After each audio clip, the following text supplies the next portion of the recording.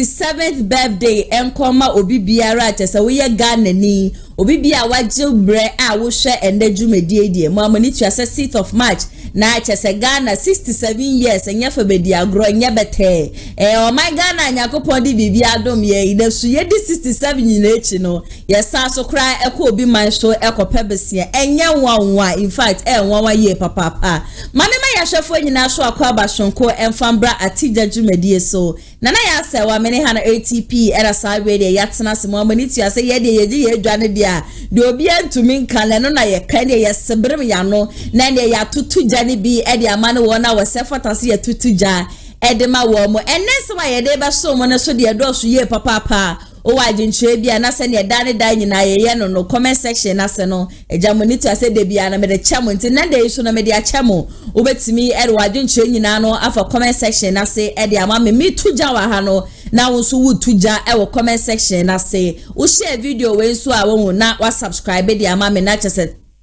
who dem patch no now the amame so e wo no sa de bia me ka se no aya na ejinja me ma me hu se oh mo piafo chese de me ye no mani jihu ye papa nti de eja no me to a me hwe bankum twa nifa de ma to apete de e be bo ni bia no na abono na ndo be pie mu o man Ghana de ba kwa chese e twani ye papa e LGBTQ na bill la chese anti LGBTQ bill la kwa pie mu parliament e ma majority minority any speaker of parliament na no ma dia too much as a bill no wama pasi ade aka nyina ne se ebe kwa kodu na na dan kwa ekufu adu anim na aja se ndi obetebrim ne pen na wode atosu seke ba finance ministers ne so wo madwala ye papa so wamnya dia wo mo ba beje atum se na na dan kwa ekufu adu on sign sa bill ne sanse na dan kwa ekufu adu sign bill na ebe ma o man Ghana aja se IMF ye kokko siresi kan ni o ma hudu mo aja se debia no ye fa flight ani eduru o mo ne ye kotokoto wo mo na se ne ye pa wo mo chose wo mo peka krebi enfeme boa wo man Ghana no ma fa meboa ye ndia e de na chese ye wuo mu no wo mo nya sign LGBTQ bill yi se Kenya pe ye ntumi enko siresi kabiom US embassy for akra de letter titintin bi ba bonti anu wo mo so HSS ye sign bill na chese be ha ye economy ni ade no so e na chese ye ministries a wo mo wo man ye finance ministries no wo mo so e ka che na dan ko egu for so wo mo sire ni ye papa mane sign bill no sign dia na chese o man Ghana sika chichi di pa e na chese ye be hwere na the first question a me bi sa metie for mashafo any o man penifo nyina ne say just imagine say wo papa na de bia na wo behu no wo papa ne papa nti no wo grandfather no before sa na oba be free mu no o ma wo maami ana say wo papa o ma ne cars o ma ne company ejapade de bebre na no digya no say japade so a wodi gya ye wo papa ne ya ade agese entumi enhwere de biara da na say entumi nsei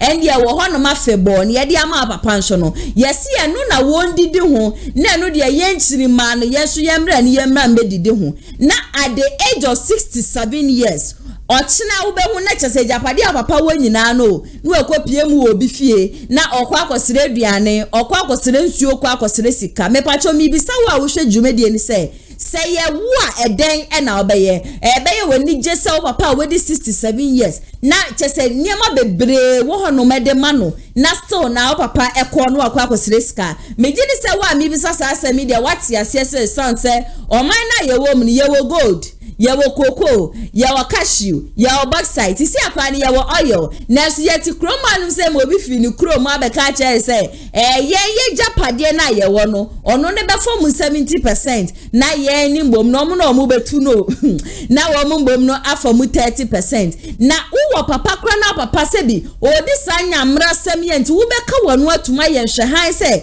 o papa wedi 67 years agedi bibia hye ne nsa no omo bra no enkosa na enam LGBTQ we anti LGBTQ law idie na dan ko ekufu adudi onyaya anka wasaya se dadada na su ni nyina na meye bosia bo acha so man na ye wom no de bia wom ko obi krosu no omo kosere enu anti na ama wom ntumi sign anti LGBTQ law no and the vim lady ababo ntia ba be kasa Honorable Kennedy Japan so on the idea with you cran say neni bebo be so night as be a bear man na yen in some style be as or ye gay be or your society a chan in suru mo idea just what siri when you are see our be mono na so mpenifo interest di na wo mondwe ho say enam sabe wo ya wo mo hwe nim se na na dan kwaku fado obe sign na just end aba be ye mra e wo man mu na ye bia wo bi o practice sabe we na ye de ne be ko prison be 3 years be 5 years no ya de just say e shedan twa ye nt end wo mo ntena se na just end wo mo fa ye ntutu ye ansa na na dan kwaku fado be sign a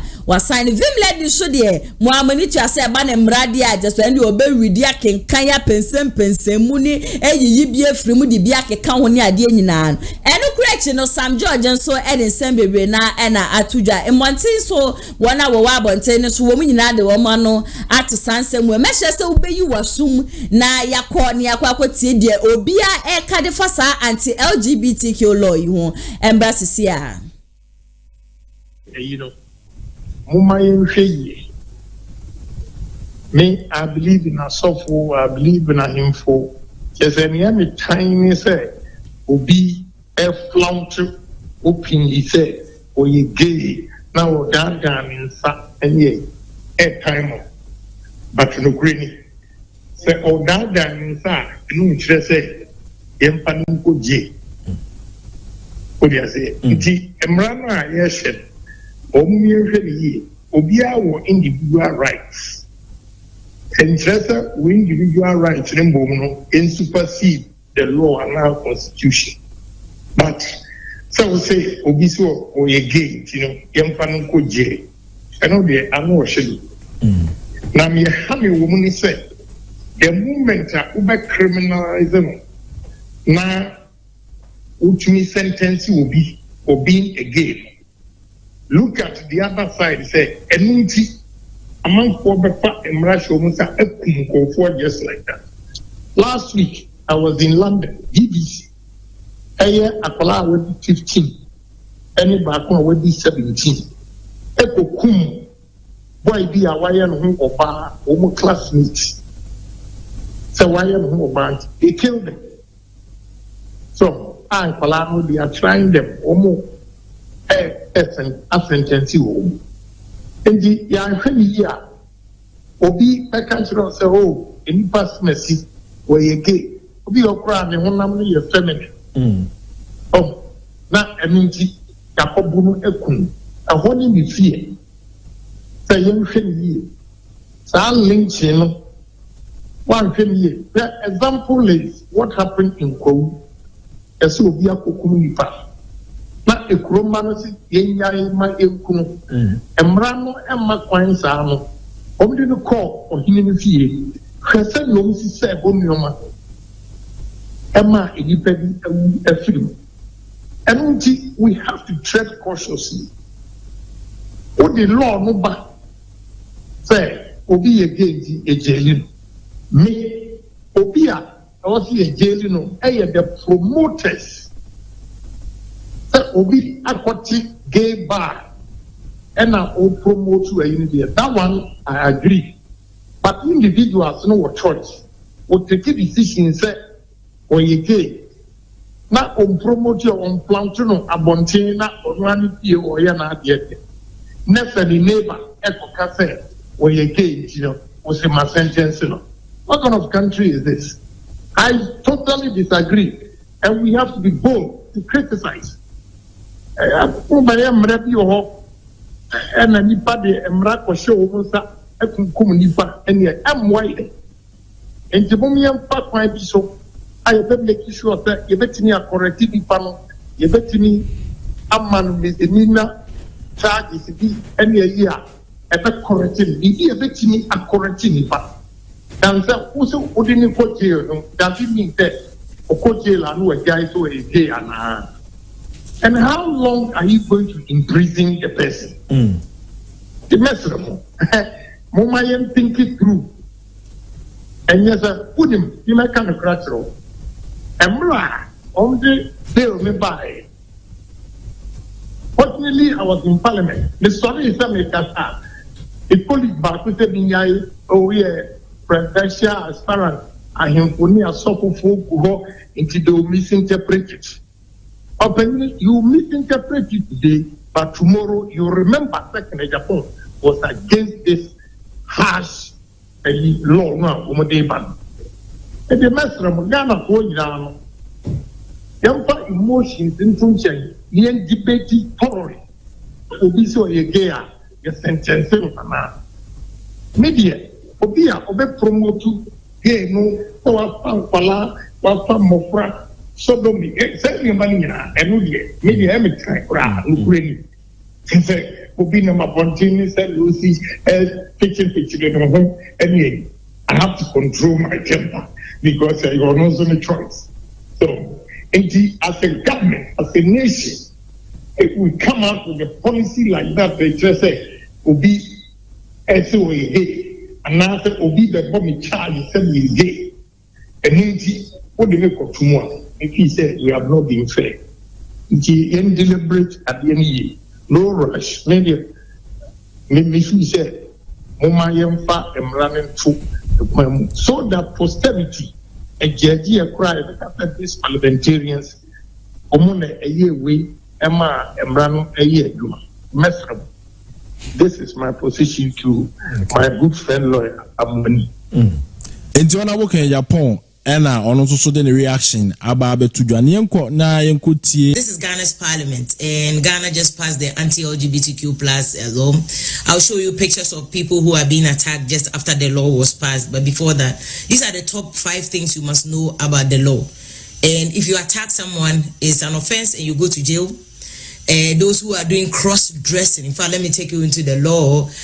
Section 10, subsection 2C says, any intentional cross-dressing to portray that the person is of a gender different from the gender assigned at birth with the intent to engage in an act prohibited under this act. So if you dress like a man but you're a woman, and if you dress like a woman but you're a man with the intention of engaging another person in all the activities that this act says is wrong, you can go to jail.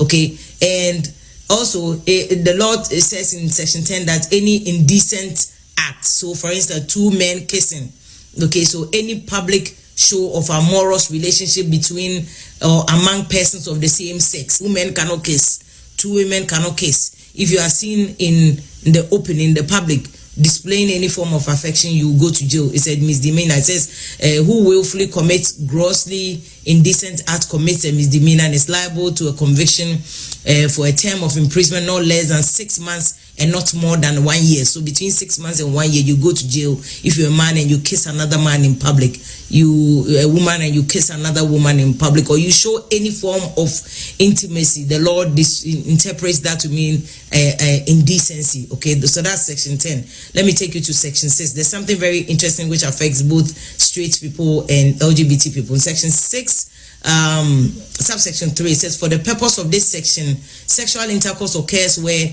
a person penetrates the anus or the mouth of another person with a penis of that person or another contraption. So if you use dildos, okay, on another woman, you are guilty here.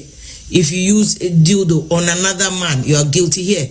If you do blowjob, because that says if your penis penetrates somebody's mouth, it's an offense. Okay, and then B, section 6(3)(b) says a person who uses an object or contraption penetrates or stimulates the vagina or the anus. So even stimulating and licking somebody's vagina is stimulating the vagina, is guilty here.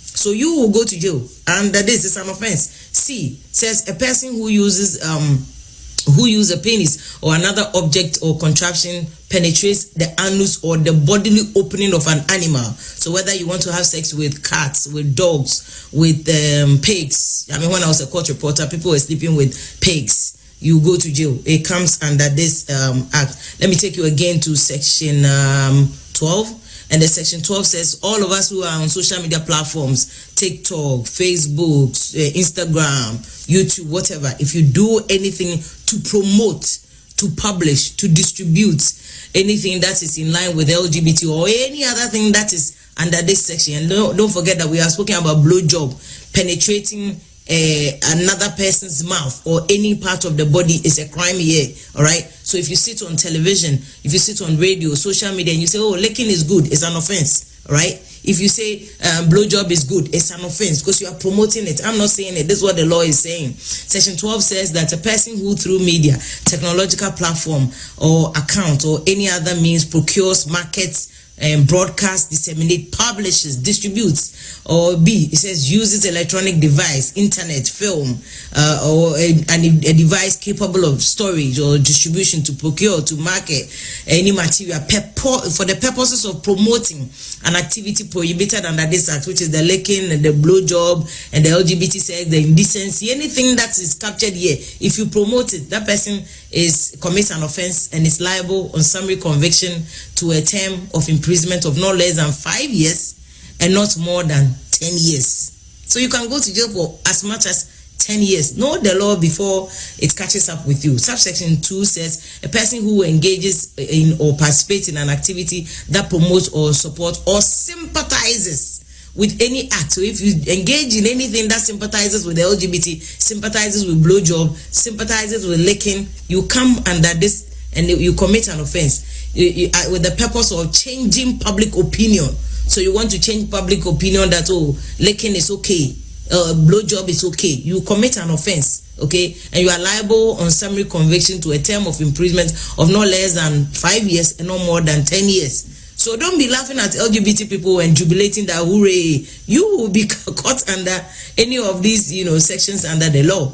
Okay, so if you offer your premises for LGBT party, you go to jail. Offer your premises for parties where you know that people are doing licking and blowjob, you go to jail. It's an offense. You'll be convicted under this. Even for media people, says 4. This is section 12(4). It says that where a person is convicted under subsection 1, the owner of the media platform, so you are using your TikTok account, you're using your TikTok account or whatever to promote this. So the owner of the media platform, the technological account, okay, that is using their platform to circulate it, is deemed to have committed an offense unless it is proven that the owner did not consent or connive at the commission of the offense or exercise the degree of reasonable diligence as ought to have in the circumstances to have been exercised to prevent the commission of an offense. So if you use your social media platform to promote anything like that, that's what I'm saying. Don't say LGBT. It's LGBT, licking, blowjob, all that come under this. You commit an offense. All right.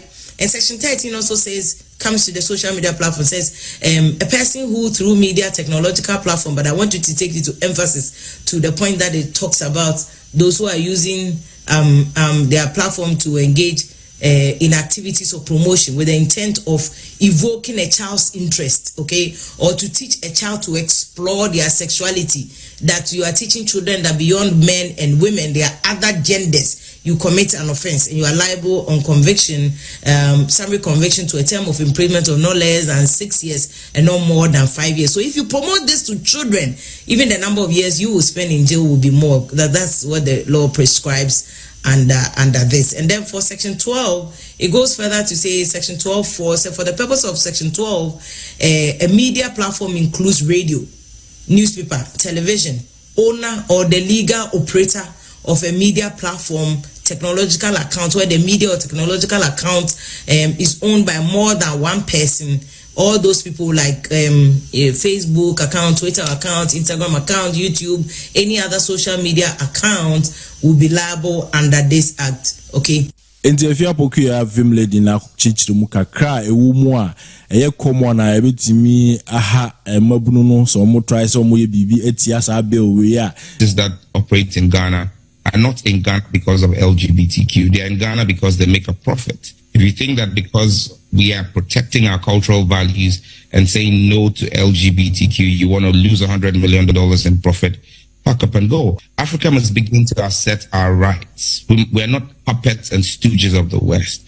And it's just the sheer hypocrisy of America and the West. Carter buys over $1 billion of military hardware every year from America. The punishment for homosexuality in Qatar is death. In Nigeria, the punishment in your law for same-sex marriage is 14 years imprisonment. The maximum in Ghana's law is just 3 years. as Nigeria's economy collapsed, the American economy would not run and the Western economies would not run without African raw material. Why should Ghanaian cocoa and Nigerian cocoa be traded on the New York Stock Exchange and not on the Ghanaian Stock Exchange? I mean, a bank should not be threatening the customer and saying, I won't give you a loan if you don't do what I want. If I don't come to you for a loan, you don't turn a profit. The CDC says that homosexuals are 400% more likely to be suicidal. The young man who walked into a school in the United States 3 months ago and shot up 22 kids was transgender, and this all came from a mental disorder because of him having undergone a gender change or gender reassignment when he was 8 years old. Even on the African continent, which country has the highest crime rate? South Africa. Why? Because they've embraced homosexuality. It's one of the growing factors in that country.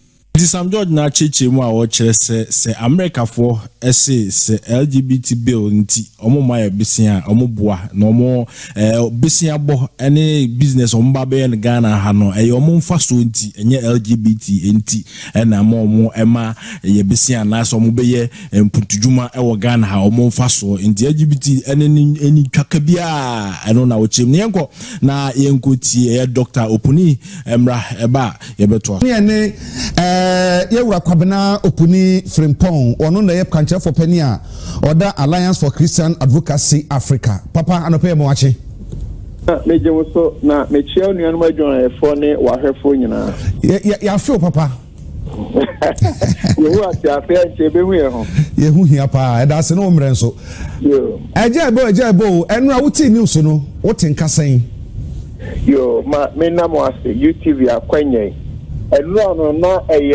February 28 na mejidi se Ghana Parliament no omumma ye achede Ghana fo nyina achede keste 28 February bia no yewura num bia Ghana ha yemfa hudie edurumre bi na ye den na odo ho bo afore ema osu rono no su baabi wowuwi me kan yewura agete lamte atipo Ghana fa hudie ne yeda ache papa enti ena wode won ho bo afore enura nyame ma yehu se ye MPC su betimi do mo ho afore ama oman Ghana enti nyame na yeda na se ne yema won ammo yema won aya de kese ade na course nra no enye MPC no oboni be ka se eye national concern eye ade ana eha Ghana fo ena nuanum bi mum ni edi nkomo no mo hose ni edi nkomo na che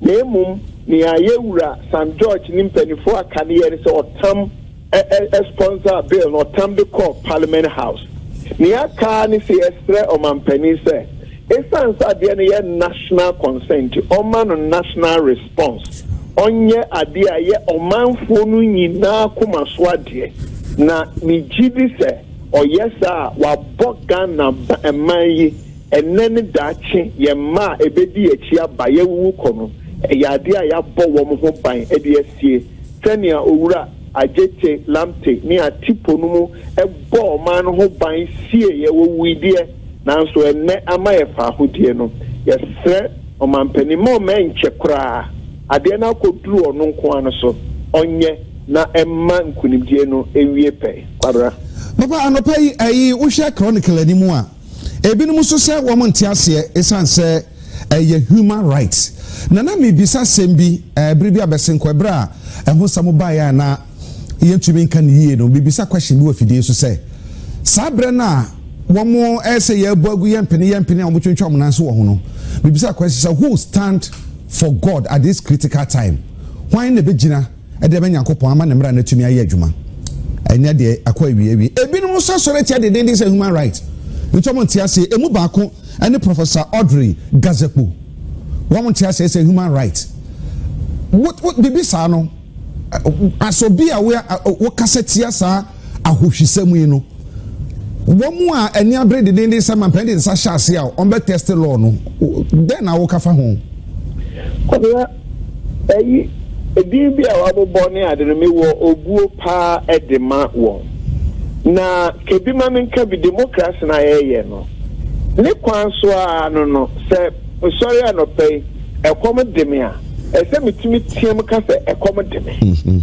obi ɛntimi nhyɛ me so saa de nti na ɛkɔm de wo na wotiatia mu sɛ ɛkɔm de wo enti democracy ni deɛ ɛsɛ sɛ ɛma obi akwan obi wɔ ɔbɛka ne deɛ wɔ mo fidie so sɛnea yɛyɛ obi wɔ ɔbɛyɛ demonstration obi wɔ hɔ a ɔbɛkɔ court sɛnea wakan obi wɔ de ne deɛ bɛkɔ parliament sɛnea yɛwura Sam George ne anuanom bi ayɛ no enti ɛno deɛ obi antumi nsi obi ɛkwan baasɛm a yɛkan no sɛnea mede kan ɛnyɛ owura Sam George ne wɔn sponsor bill ɛyɛ Ghanafoɔ nyinaa asɛm wohwɛ nananom ahemfo asɔfoɔ imamfoɔ other civil society groups enipa aka saa deɛ yi no me pese yɛn nyinaa yɛkɔ so agyina hɔ a enti ebinom nka wɔn deɛ sɛnea wabɔ din na menyini sɛ ɛsɛsɛ sesa nea Ghana ahemfo asɔfoɔ imamfoɔ civil society group ahodoɔ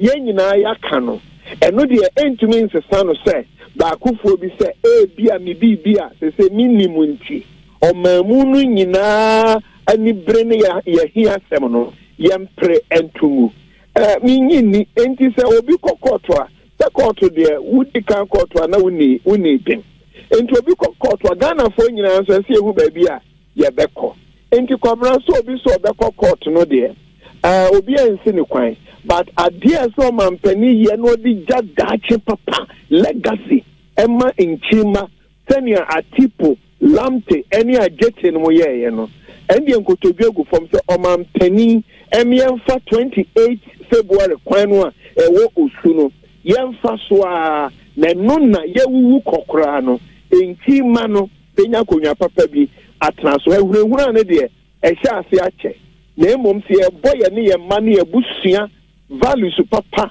abrabɔ papa ho deɛ a wosabi obi court ɔkɔ ne obi ntiatia mu deɛ kwabra ɛnsɛ sɛ hurahura yɛ koraa papa yɛhwɛ wei no afei yɛmfa nkɔmmɔ twitwe ne sɛm nim sɛ bere pam de bɛsa to nsa afrɛ wo fie ama yɛatumi adi nkɔmmɔ atoa so paa na yɛhwɛ yɛse yɛ kristofoɔ yɛde twerɛ kronkɔ bible yɛ nyankopɔn no mu asɛm ɛna yɛde bɔ bra yɛn nuanom yɛ nkramofoɔ nso adi Quran a no nso ɛyɛ wɔ mo homa kronkron no ɛno nso ɛna ɔmde yɛ de ɔmde yɛ biara ɔsom ahodoɔ nyinara ɛkasa tia saa deɛ wei saa bere yi a ɔman no mmara nso akasa deɛ tia no na ɛkyɛ sɛ nyankopɔn mmara akasa tia ɔman no mmara nso ɛkasa tia ɛnti sɛ wɔn a ɛyɛ asɔfoɔ a wɔn na sɛ etumi kyerɛkyerɛ asafo mma no ama wɔn te nneɛma ahodoɔ bi ase efi twɛrɛ kunkun mu no asɛyɛ de bɛn adwuma bɛn ɛna sɛ wɔn yɛ ɛwɔ saa bere yi mu. Nua asɛm na yɛka na ewom sɛ waka Quran ɛne Bible na aman bebree so no say some European countries, some American countries ɛnyɛ bɔkɔɔ saa. Even though wɔn nyinaa nso so anyi ntum na no yɛ prime minister wɔ UK so ɔbaa yɛ ɔbaa bɛrima yɛ bɛrima ntumi nnane no ɛyɛ common sense nanso still UK hɔ no ɛnyɛ America transfer a mmarima adane wɔn ho mmaa wɔn pɛ sɛ mmaa sɛbi wɔn bathroom wɔn wura hɔ ɛbɛtɔ na ebinom nso yɛ mpere ma wɔn wura hɔ sports mmirikatuo ne ade a mmaa yɛ mmarima adane wɔn ho mmaa ne sɛ wɔn ne mmaa bɛtu mirika America binom sɛ daabi but ɛnyɛ saa na anu yɛ Catholic bishop Roman fɔ mpanyinfoɔ Pope asɛm bi ɔkan Africa bishop ne sɛ yɛn yɛ ha deɛ yɛn ma na akonnwa atra so a ɛnyɛ yie ba wobɛnya bishops no bi wɔ amanaman bi so a Europe Germany no mu a wɔn nso so ɛne yɛn a Africa ayi wɔn ne yɛn nya adwene nfa Anglican Church bishops ɛwɔ wiase nyinaa sɛ bishop a wote Canterbury wofa kwa wei so a yɛn ni wɔ akyi nanso ebinom di wɔn akyi nti ɛno deɛ yɛn mpere so sɛ ɛnyɛ sɛ wiase nyinaa yɛ kwan a wɔbɔ Koran ne Bible na obi afa so ebinom a mpo ɛde nso yɛ ampa ɛyɛ asɔfoɔ bishops akɛseɛ ɛne ade amama bi so ɛnam saa kwan yi a yɛka yi a ɛyɛ deɛ ɛsɛ ɛmmoa yɛn ɛsɛ adeɛ bi wɔ hɔ a ɛyɛ obi fie yie ɛnso na ɛsɛe obi fie yɛyɛ deɛ ɛsɛ saa adeɛ wei ɛsɛ fie na mmom yɛnyi ntom sɛ nkurɔfoɔ bi deɛ wɔn nam saa kwan so na wɔn nam saa kwan no so no kwabra asikafoɔ mu nuanom a ɛyɛ mediafoɔ yi ebi ɛyɛ journalist ebi yɛ business people wɔn wɔ sika kɛseɛ ne sɛ nneɛma di kan kan sɔfoɔ wɔn taa kyerɛ enti enye better sa nya nkwala asem sa enti why bill ya hwe so mampani be fine no ye di kan party ene so mampani be fine afei na adwuma no ne kase aba ye nyina kase ye wo law Ghana nti obi ankoda ye prayer ho afei na esese asofo imamfo na nanom ye tretre ye mrante ne mabawa no se enye se wo ye saade we ya ye betwe wasonti na wankasa enye mawo ene wo yira opeso be ware ne daachi wukunu opeso ware ne daachi wo ma wo be wonu abusua konkron ya wo wutum no nti ede adwuma kese na aba adwuma kese pa ne se die esi omampani prano na so san wie dia ene minimini anu asofo ni imamfo teacherfo titrumo media ene ese e kire se enye mmra no nti ena menye na enye maminti menye na emom ye tufu na wantie na do konko gide a lete say asemfoforo enti adwuma kase ne paade ye nkire ebetumi aye ama ye manfo titrum rante ne mabawa agi atum se kwan ye fa so titire busia titire o man no de sabio enye sa brabo no na eno de asori bia ni nya so ne abusia sa wo yo sofo na baabi a wudi sofo na abusia ho no nya wasore na yare o man bi anyina so ene abusia wo sei wa abusia o man no eni nyina so tie so bia de ne ho jim but min kanwie se si ade ne ye twen o mampani na nkenne no kire ya o magana fo nyina koma ntom yem se 28 February de ade bi ebesi ho no ese bregana for asempa ye koye chi a enye yi enti ewura yi na nado enye another atipo ene lamte ene agete emayen ene no kire ya na enu achi de jiris adwuma ebeba no emro asofo imam na nanma hemfo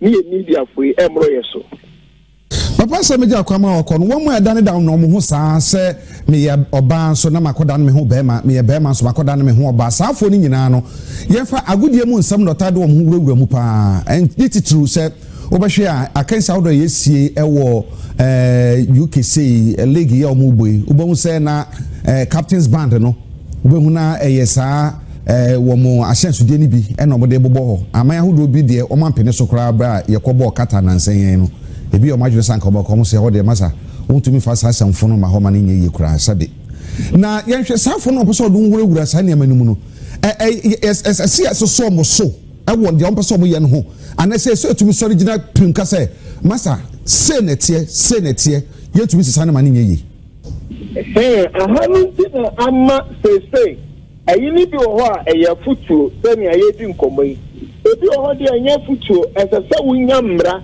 na boma no ho ban se na mi di kaka na asem enye yewura Sam George peja akoko ayi parliament na shafie mo se UTV na ya di hu nkoma but na ye ni emre bia ebo ye ho ban enti na ma ayi ambassador senior DB starting so wo ye niema bi ye party ye meeting bi no e sense na mre bia ni Ghana ha esi wo mo kwan se ya ye nya mre yi tani o mo ko bo World Cup o man mu no se ball no de FIFA mo fa mra ha ye bebo ba mo sa Sudan de mo fa ba ha no tumi gen wona so se obi a o de sa de be ba ye be pam wa fi krom ha o mo tumi ye na o mo wo sa mra no ye nya bi de ye ko ball no obi man so na emra no ma wo mo kwan de a se bi o bo ne banda wuntumi nka ho he ba ye krom ha de ye nyamra no a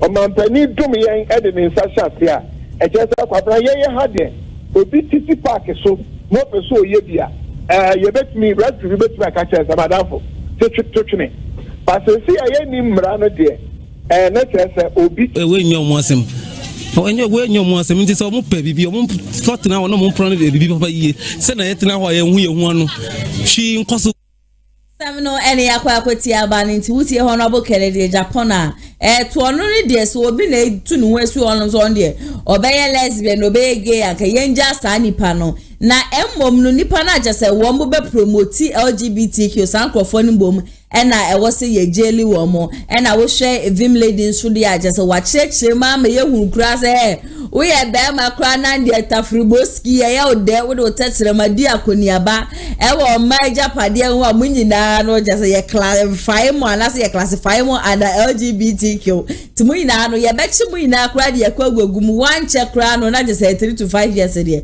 wo kwa wo betwa saa so ena wo ye oba na de wo tam be ma kwa ogudon so na de wo de hye wanum na muka ho a mo so kra no mo fole under it na me bia tu nam see ye de ye jaya sa keke dia just one ye be chi o me de o mo do so ye papa o hana ATP so e wa hanim say ATP na ya me bia bako de yankopon adumo ye de yankopon ase na ga na nya 67 no de nya me ase so de etia na etie be ende ase na we ni me nya me fe bia bako ye wi e be ka se wo achiri sa 67 years na ya boy ya de na na se ene dey say be bia kwa me nkruma wo bi o be pa petition bi na eja watwetwa bi na reba ho no ho esa so my pa na mi bi sa me tiefo na mahwafo se e sister wo papa pa na enya 67 years na wo nana ewu no odeniema wenyina no ma wo papa se eniema odigya no empro ensei enye hwe oso ofambo bra na ninchirima nyina no entumi be didi ho na sister wo ba sori bia na papa si obi gate ano na wo sere duane na wo sere nsuo na wo sere sika be yo papa den na ya se wa bi kranya dia me prince man papa ya sa de edempo okay wati ase bi se na ya hwe bebi aga na na niswadi ho na wo da osaje Dr. Kwame Nkrumah ni so no pese ye nchinima no esimitimi ye wo ye badan ke bibia ya fofofo kurade amaye na hwe John Ghana say JJ Yeta nyankopon fa ne kran say Jerry John yeah ono so de obaye na no bibia ya force na ti say why you know the tune be system now oda ho no ye hwe ya papa ko phone so no so ba wo bon homodin e wo man Ghana mo ye nyina ye ka say papa ya bon homodin o true battle na no say da me fa ma ye economy ne ye ya ka mesi ya na no so beto aso bia fine o beto aso no na Joma Hama we be ka say na amamuru na ejasika wo bas na dum so ya na jaba pai destroy yeah na do beji ye no the 4 years no born homodin kakra na I said ya kai di asa audience esi form ne ne bi won me asa odi form na asa odi esi form dada okay ntina asa amagana me say me kase ne be osaje fuo bia na ne ra ho but this time wa petition bi abobo agu no bo wa ye mmere no do say ma me twetwe because brand be brema o my Ghana nyina no o ma na ye kwa ntia esa petition ni de me ye de obenu ai enti wo kwa de nya dia obeji atum se dabe me nya dia meji atum sara na na wan hwe ye wo penya 67 years man na bibia wo de bia okosere de na ha wo yo ebe ye bi nya wu bi ne na imagine wo papa wo company na wo bi fi ni kro mu mbo ma ba na wo be ka che wo papa se company na wo maybe percent me be ye but me ba be ye no me na for 70% na wo for 30%. Let's say kra me papa kra na adwene kra na essential. Yeah, lithium do let's say me packet on kra monya sakra sin.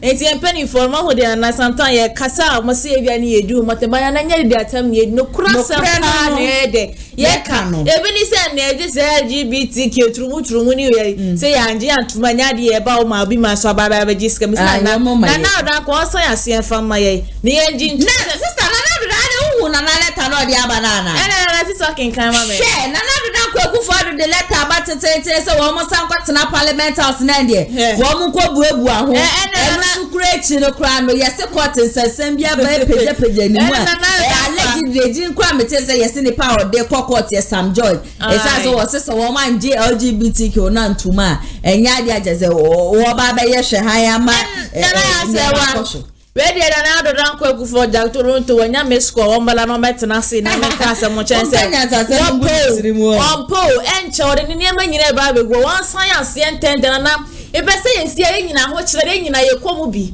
eno na ye 3.8 billion US dollars bi na ya sewa eno na do ma hene ka asem bi si e kwa ma for man so ne akwaji scan na ye discan so be draw my Ghana mu ase ya ye wo ba bi scan be fa na yet memfo na ye kokoto obade mamu no na mama ekomo se na ye kwechi na yet memfo no kra na na esa ba be sika na wo makwa akwaje ya so wo manum no what ya say enti the best na na kwaku for the for kunya na fa pene wo hu sa space no run na sanye nyina yenko ahochire nim na sister who say na vim lady jechem say do no say wa sign sister e bia na wo yenkrofo ya yi de yi bia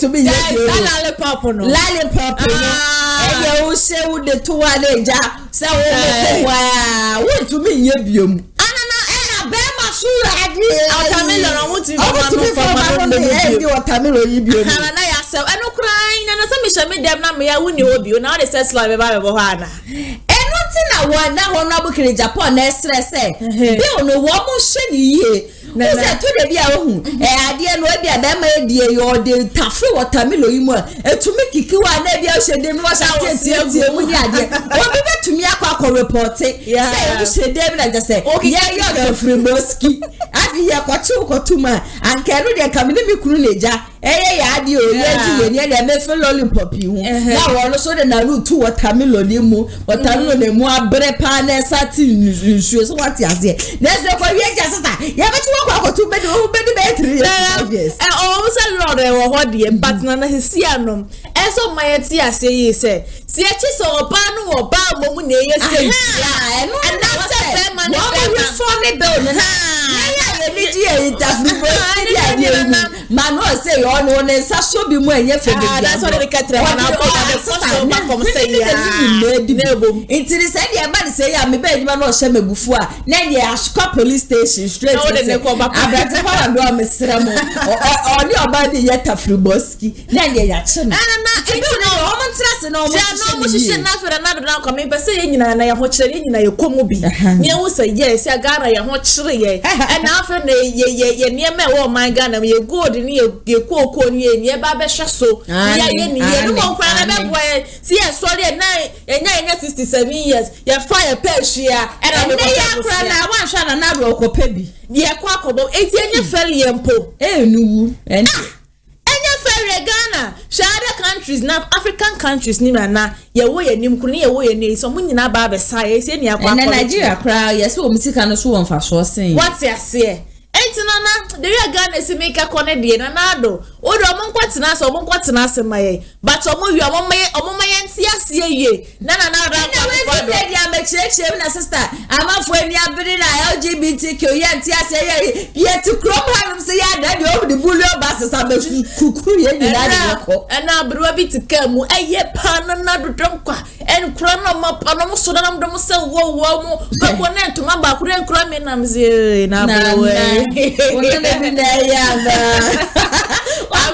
ba na ese omode tu onum na face nchechira ne koso ya sahodo na ekoso pa especially girls school what ekoso pa na ya sewa omo ma ya ni nkoho no ese na ukokuro nkwa na gaso kotoka kumba kra na yehwe wani obi ajo ya se bia na de ne pa sister me nya mi do what's ya say na me ma kutoka kumbala mi kwata kumba na mais mi pacho mi pekese we afa no ami ayi na mami ade na ahwa mi sa se girl you kwa yadi what I no ya me mi kwa ya mami kwa de social media ya so ko ba fridge mu na biem na kakumba shema wo mo sero hwa no afa won sanka esa de ewu be diru to orbo na ni mu keka na de ni e be da watafa enya it's a best raw mom oma yentiase ye ni e ha we na ebesi ko na eniwu se wo ba pa wo yo mi madam fu bia na mani twa ne nyina ye ko school meti eso ye lesbian ne ho fefefe eso she bonsam asemo so ma ye broken heart broken heart awudro ya ne pie mani bia de wo no nim se get broken heart get les wonu se broken heart wo mana broken heart wo mba sister se wo nyonko ba be ma broken heart nya ya se wo nyonko be ma broken heart na sa de na show dem na otimu se wo partner we na no o hye se o ye ma ne kon ho no ye no ne ya ne sa na wow na mani revra oni pedwe ma wa da hon na wo se ate egu na ho so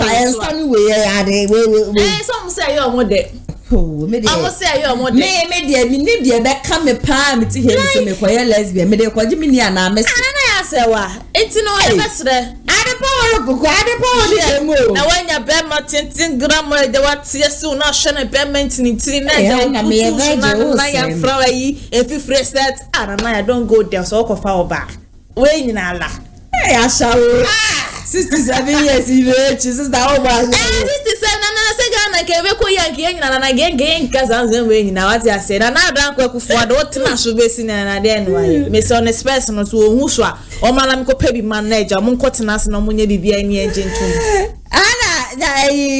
nana dan kwa kufuada da wano asiye papa se nda wudi ni si ha no ma je se wo toto ayampia e de boni sisi agwa de baby edru na so koto space me pa mo chow mo amani je ho so am use lubricant obi o ha no masuo me de me girl na se me de me boy no ho che banti e de ko pharmacy a ko to lub munyina no ye ba ba chi makogum enti sisi abe o no ye be srempen for some joy wo ji tintin ma je se woni abedi a wo ye na do sign me pacho mo bra bonten na mo be kire say na wo ye tafriboski ani nyina ru komu wo tafre be ma hwo a ho ase bi wo komu wo do you lubricant ni ade promote chese mo cheche se be ye be ko gada fo nyina na no mo to ko ye peja ya ko din din adro nyina na be chi obi atu na wonna me say ka ya team ene be wo say ade ba mi mo hihye ni makuntan bi ma wo say ade na to for me hwe ya be ma basi ni koti na da boss na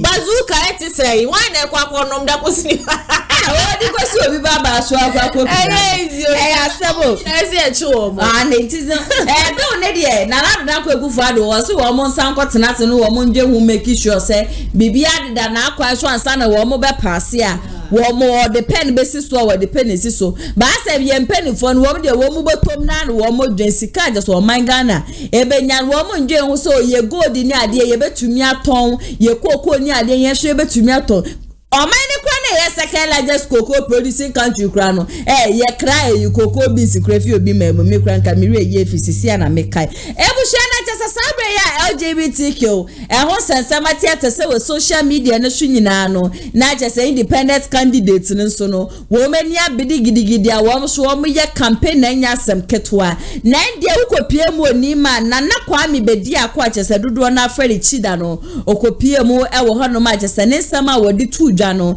na enya sem ketu akra so ono de waba e de amaga na fo nyina no waba e de amani mafo ukopie mu oni ma ni ma na eja kudus ane Ghana for your football star ba akope ho ena wo fire wono wonyiye na so ase unya ka ni ma na na jasa adwe eba wo bi etirima yetutu asem ne ni ma boys de yearless mistake a won bebu ni adio na so kwami bedi akosio on de wo ba cha so be transforming ni ma jasa ndi abansho de obesi bia pete wo honom na se de amafo kra no esifa boche ne so ne nya asem keto akra no o se ukopie mu Ashanti region ye na ye nim se Ashanti region for de ye MPP uko ya igbefo yi mu a wonim se ye NDC uko northern aspect ne so de asabe de o mintema che NDC ni MPP o che so ye nje sa ye MPP ni NDC ni we mo na wo makeka no na ye nye ba ko ni ento aba no enfema change sanse sensakraba ena jese niema papa ewo ni mu nso no ebetimi aba abonte mo ma ye nko ni enkotie kwa me bedi ako enum nsememra sisia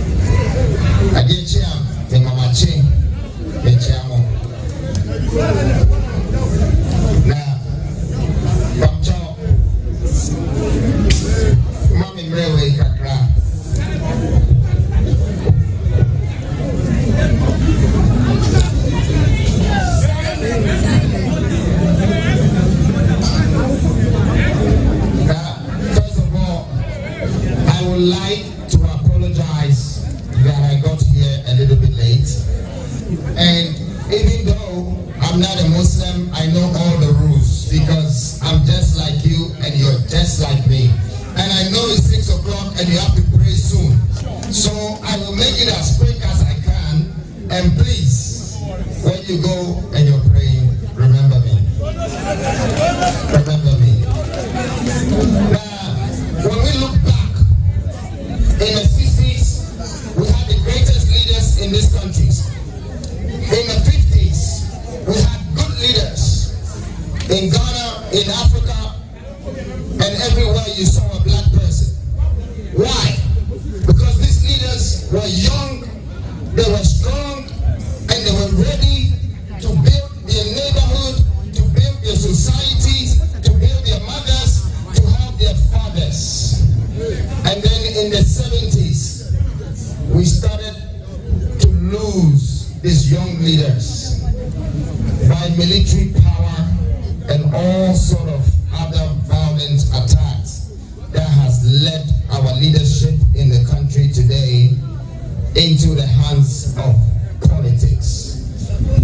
I want to assure you, politics would not build your future. Politics would not build your neighborhood. Politics would not feed you. But leadership will lead you into the future.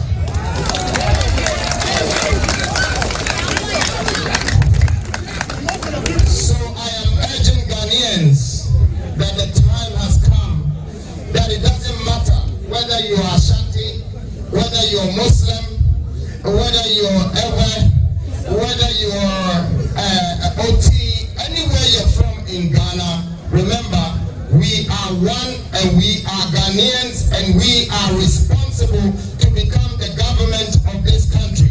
That what we say is final. It is not the government, it is not the politician that decides who is going to lead us. It is you. You are responsible to make a leader. And today, I must say that I used to think that I only love Nima. But today, I want to say that I belong to you. Because I can see the love that you have for me. And this love that you have for me is the same love that I have from my mother. It's the same love that I have from my house. It's the same love that I have from my neighborhood.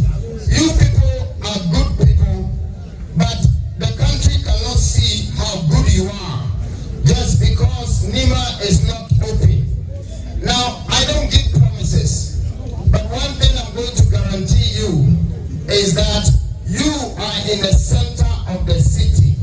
And whatever that I have to do to add value to these people in the center of this city, so that this city can be built and the young people here will take care of their family, will be a part of our economy, will be a part of the country's success, I will do it to make sure that there will be tall buildings in Nima coming up. And it's going to take you and me to do it. So I know that out of this Zongo has come boxers, musicians, footballers, great men. I see them, they're my friends. I know the power in you, and you know the power in me. Now when we put it together, we have one big power.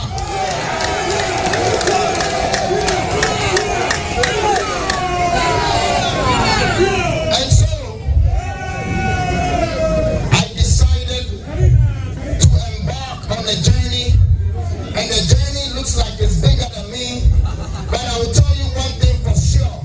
I am bigger than the steps I'm taking, because the force that is behind me is like the universe, and we are coming, and you are part of it. So as I'm going around Ghana, I am visiting all the 16 regions, and I had to start from my home. Where I live is Accra, and Nima is the best place I chose to come to.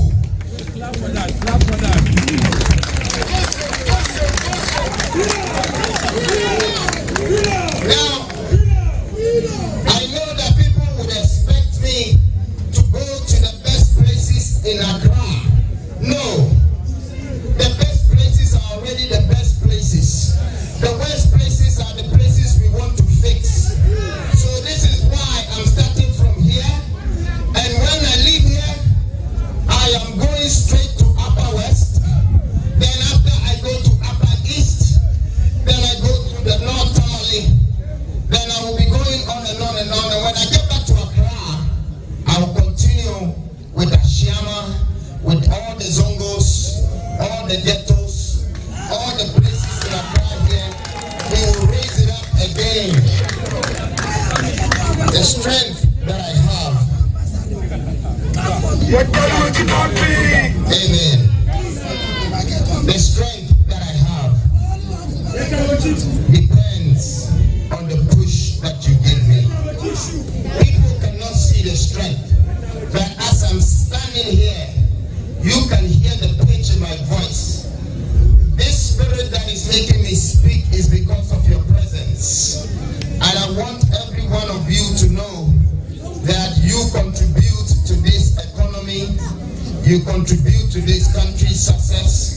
Without you, a part of Ghana does not exist. Without you, many of us here would have no purpose to be here. So I respect humanity, I respect nature, and I respect the world. So you can see, I don't have any difference in friendship. The rich, the poor, the small, the big, the blind, the lame, they're all one.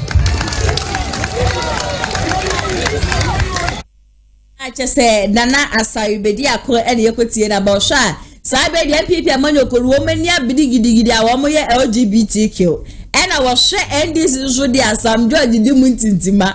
Wamu so shas and another dog go for the best science and clat and to your no dear. We're 2 ways you want him so ready, I'm far way.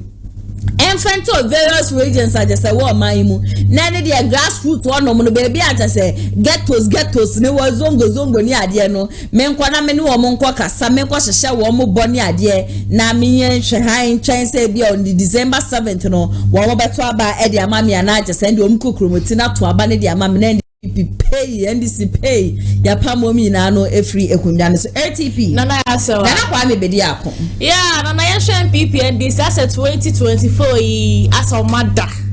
Hey sister, Hana sumom de no hu Hana kroya na beka say independent candidate no ada wo munye adwuma wo meja ni nya ade ama MPP oh na mama no say pe ya na na say bedi akobeka sa ye pe na kwa mama we fa full stop mbesi ho ansa sa na wakasa only dey say o mada no yes 2016 election year she campaign but not by this time no o matso mo ho agukro na ya say o mo ye campaign 2020 na to after she say tambe e she say pokura 20 I think say 2019 or 2018 and a campaign mo she say to mo gun mountain so ana kwa na de we na kwa me o mo ye campaign mu ahodo Nana asewa. Na 2024 yi. Ase MPP ni NDC o madam independent mom na enna mo ye campaign wa odro ye kaka. Sister yeti krom aba ku perfect bra branti ebe yi ne mass say o. Many the new force sister why ko ye grant interview joy prime ne de keka ho. Be ye sa week na wo yi ne ni ma wo mu program bia na wo mu koye independence square. E backfire ya wo ma wo mentumi anye. Ah tese sa week no because no dey yi sister kan Professor 51 no mesin de.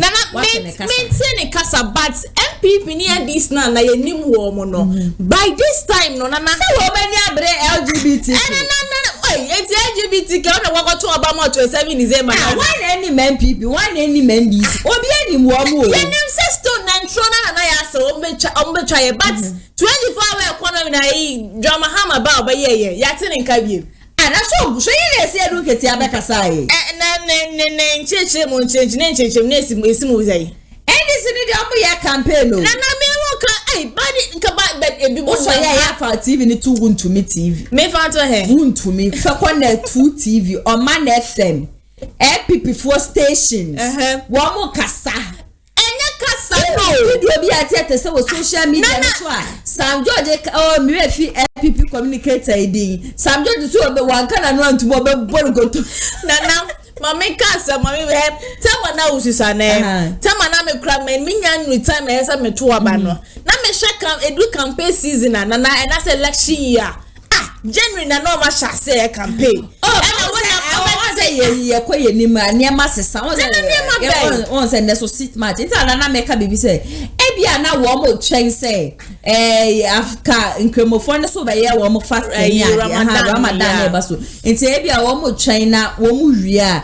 because e dey ya o comedy obi a otumi ko dina zongo nko e dede ngu na so ba na me kasenka independent candidates na yen shedan nim wo mo no wo mo bom na wo sanka January February March ya no wo mo bom ni di kan hyase ansa na de wo pa mama nka say from nowhere or Kumasi Numbre ya 8 o'clock sister enipa be boache ne so ne nyasem ketwa what you say it when it comes to MPP ni NDC ne de ne wo mo campaign ni ade na wo mo ma dwo mo din dada okay what you say but independent candidates na yen shedan nim wo mo no wo mo bom na wo sank wo mo hyase somewhere January na wo mutumi nya nipa dom ni ade na masa wo be kwa koye campaign nipa be di wechi a wadwe be wo say na me dom ye di wechi na eto abade ama so the end no na Japan na o ma fanya omode ye no itina make us say wo musa na LGBTQ wo koso de but MPP ni endis na ba o me we ni campaign team awie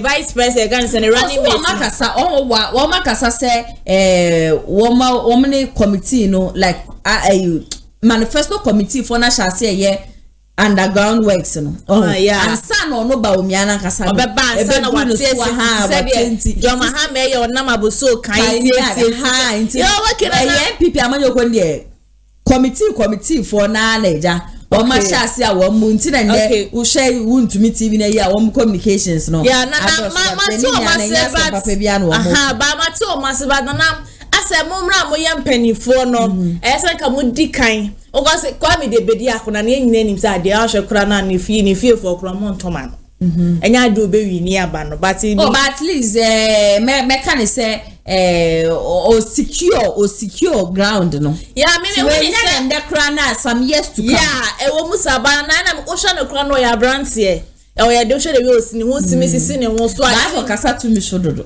sa eso de obedi president e nyino be kunku ye no asa ahomaso na ya se wa ye wo ba hifanie wona nya post ne nya function it say oye president but what they say na oye obon homodin oye ade say jab sister wona say ye chanjom so de amala na ala no wo de she na wo de wunte ye na ala ne libidi abede no no de market centers no no na mo okay na so ye be kwa sha baba tie sisi anu ohun oba Madina market women e wo market men no matena se ne o medi nkomo se wo moto oba ma no oba be bie bank e de ama ejadifo nko a wo ka ya great bank na great bank obi oye zoom live na akwa tumi save wo honum bi but alan kojo chairman te so ono de da bi market ejadifo nko na de say obi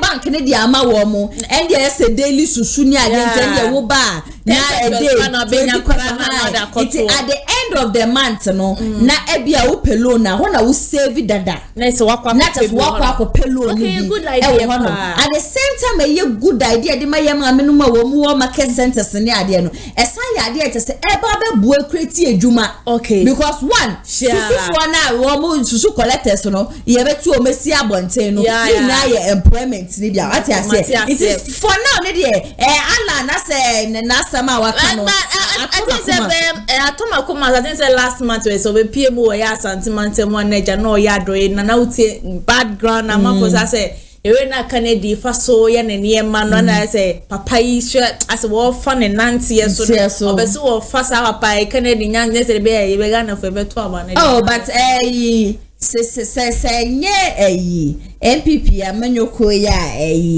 oye ya anka ye pam MPP for ne NDC for anka ye tu ye ni kwhwe na shia but me dem I want to know almost why I'm almost why I'm ready. I'm penny down or yeah, what's you? I know what I share you got to say if I can announce leader or your body and drama how me say why so bad no ba me aso the same thing ba me arezi o kasa na nado and the fire the she na the can say ya ni na etimi da di ya ma na e masa but nya young guy bi o ye outspoken o wa modin a won so ye fearless NDC for na ya say wa mbenya mbeti ye pa o ida sesa me jenfi another sam George mo form wa komela so wo de omo bambom na ebetumi abo but wo mu ni say wo mu nyandu sa bre na ye de omo begina as and this is the omo mema no and this mema George and they say this is not trend you so you be child okay somewhere last year maybe can say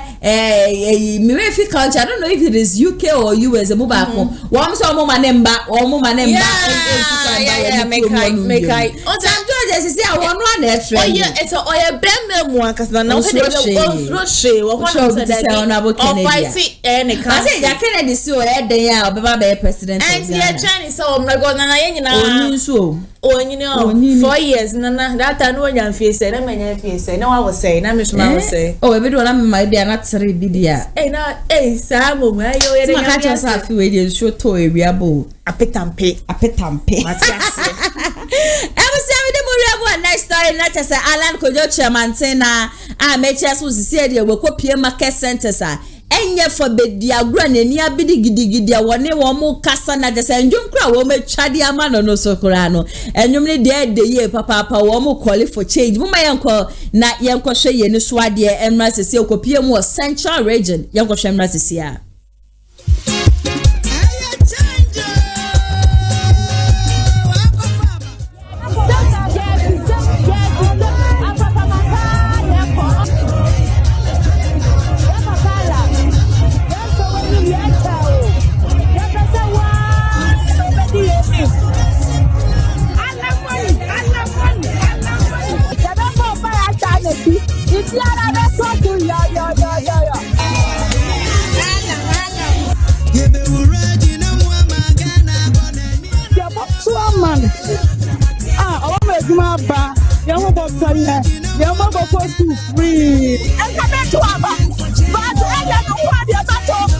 Ghana, you are baby.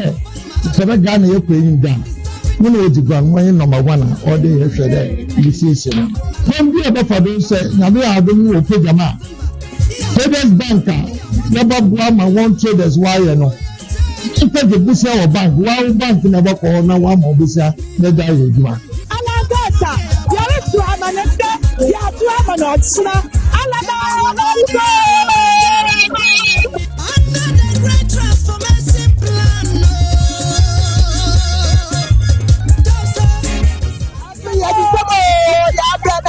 Ghana, yeah, the same.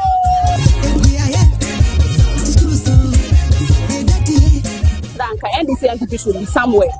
We should change him. Like I was saying, society will be for an area show to go back to me. I don't imagine him. Yes,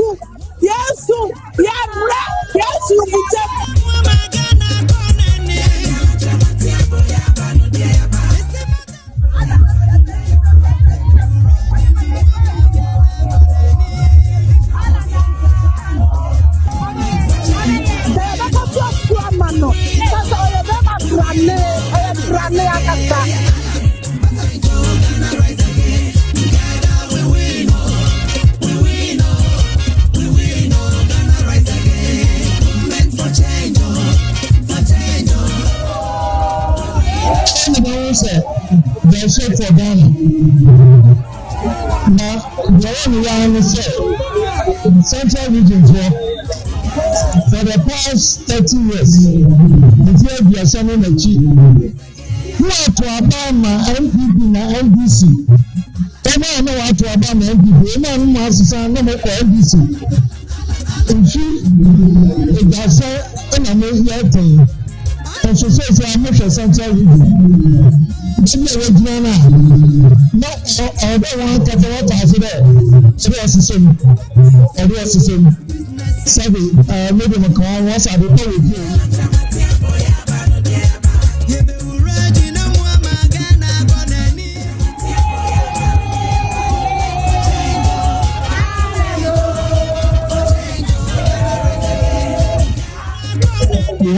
of the most valuable historical sites here in Central Region.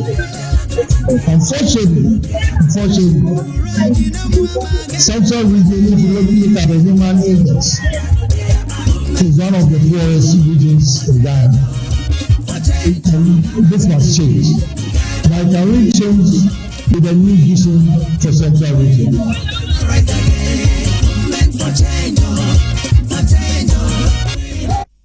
Nacha say Alan Kojo Chairman saying and a tow and in ya bidding wugidi the market centers there or such as a 16 regions a war my no market be a wobiano. I think last week Yana will be a greater Accra market do na and I just work with PM was Central Region Honum Sono Miami Crew Maguna Swedu to the Nudge na Mandela market and then Yasam Katwakra Walshas and the Yamamini movement for change but and the media as a voice sounded familiar ATP and they say Jayani yes you all no Kenya no Honda washasi and now washasi what target and so yeah I don't see a pound so man dada ne dia yeah to me I was say something region crane ye kasi ya general tum dada abrebe obeye sam work wo say no amoje ni tum nti baby odi na ni ahyehyere na and baby odi na ni ahyehyere pot market because market women for na ewu hia what ya say omo na tv job mo ne ma akra na mo say akukọ zongo na ba ko so come obiara baby what target e bisu na wa bo so kai e do say na ba ko UPS and all your social market. But but na woman ba kubika say MPP and NDC should go away and it's true na yes the MPP for members na so who draw my the same thing na NDC for exactly yes the same one nanka e beboa me hu ni senka beboa kasa and na ga be say Canada so go gina nanka eja nke mu mi ka so aka ba unim me hu ni say Sanka Kennedy Crown will renew MPP and go back to Ireland the Ababa. Kennedy renew MPP and Sanka Kennedy should chin it is our independent. I wouldn't be surprised say Alan Chabosomi Nabeba and I can remember say equal interview no can say me say Omoko Kennedy was encouraged communicate but Omugu Swane Kennedy kasa say be Alan and our faces so Chirabosom. Omunyina ya omadwe ba for ready say what ya say Kennedy be unity ya san ya Chirabosom benya ministers kelibie nala ya say wan ya no le de be na so le ni so be mo obi na hwe o don frame na me ya so man me ya ne kama prophetess atopa enti no na Alan Cash de washa ze man enti na bie said ye ne fiti na ekwe na ye enti ni din sa ne de bia ka me fa na won nsem mbra back to back e bi na dem na wo ye na nipa ani ba na ho se da bi Alan wo ho no ye nto MPP ni ye jine mo ba ka eti ye jine ma ba ka eti ye jine what ya say enti no Alan be de washa ase ne de you know who na kosoa ye nim say aja ye pese e pamo MPP ni NDC konom ya brewo dem na woni mu ka ye nim no ho na 7 December ni sudura ye ko pa ne so ye ho na ye be hu se be to ama wana se ye nto ma ATP woni mo boy siki ya me mo boy siki pa describe ne kakra say ye ka say describe your boy siki okay boy siki dey me die metimi Canada na boy siki ye obi a eso pema pa nkura totofe wa akasa no pe wo say na ne papa epe man say a frebusia no jeans genotype okay enti no ene sense say dey why ni tire hu na bodwe sa menim say man na dey ga nwi colors bo but say o show boy secure dey gba yi broom a na abo na bodwe say abo ni tire hu na last year so share bo say this year no obe na ma hu say wakopie mo say meche ho na wo na ho pre wu say na ma me first here na ho pre wu say describing no me say describe na as me see chiri why ni kasa o kasa so anana asemo eni mukura no why dey wo ka ba wo ni say abrante ni bibia boko na bibia anya boko sa oh okay o kan kwafo I say ye de ne kada na asamo wona age say yeah 2024 ye say ye do mo ko panta yeah na de mo ko panta na ya kwa si ani ye nya say ye nya hawa kumsen ene ye nya dai na asamo ene si ya boy sikia ba be ebe to ko si say ebe to oba na yiwe no na age say lipa bebre na ya keep list no say de be ya emfa ye so okay ebushia ene me na social media yiswa na mo ho donti no de bia me ka chiam sam sole aja na mape me kete me sapo ne me nsuo nyina no na me de akwa akosuo social media so na me didi ehwa na me dware ehwa na me ye me bibia na no na me hu se obasiki last year mu no beka so 2024 de wo bewu na chese odi na woda afiwe mu na busia baby abranti etumi kokodi na woda ekotwa cake etu champagne num ye no enya sam ketwa kame ho ne yenko na yenko hwembra na chese obetumi afaya na no afaya na comment section na because me ni de me hu ne sa abranti no niama nko ye bibi a shedan ye boko sa yenko ne yenko hwembra sisia Basically, needing a birthday to him. I test you, happy birthday to him. Happy birthday to him. Happy birthday to him. Happy birthday to him. Happy birthday to him. Happy birthday to him, I see it. Happy birthday to him, I see it. Happy birthday to him, I see it. Happy birthday to him. Happy birthday to him. And that crow Emma, me, Papa, me, the President of the Vagina. And that crow mammy. A few years, yeah. Only and they second March.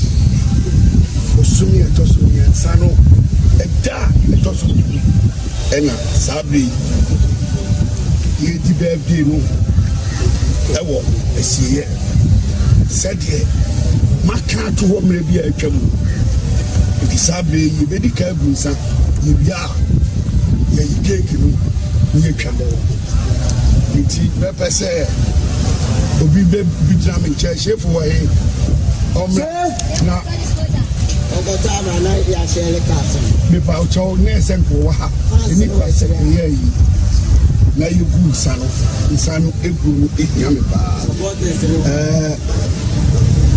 emnante no ba ko entu snap no okay ya chama ila fa we ni la chef obi a mistake mi ama kokula ante obi ante na ma mo so 2 3 chef big name cha chef oya sa papa mfa ne neme nya o hene papa chef se usa mi ho ko wura ko be ko ya me ka che ayire ku do fatwo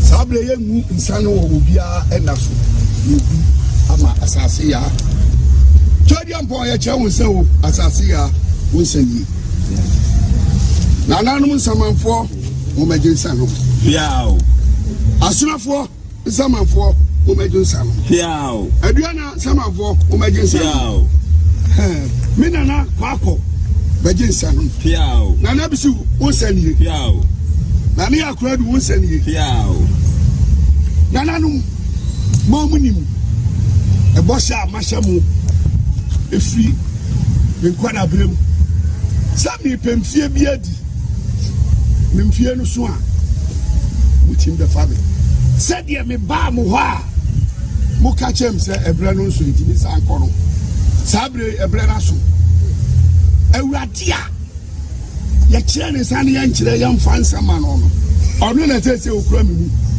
eti se ya mi gu ama me nananom enu ewrade de enye den enka ho ntimi nananom said ye mo pa no mo pese me ba mo nkire tumi se mo pese me ba so a mo nkire tumi me kama se mangrofo fa na bro nananom ma bomudi ene ma fremu ya pa yedie sika emra awo emra abusuani mu asura busuafo a ye free offense nyina amede mo hye mu nsa nananom senia obi agba usua mo pene no na mukuma ye no mukuma ye saa da bia na mo ni pabodi ni a wasi maka bibi ana ma ye bibi ana ma busu na ye bibi nti o pie ye de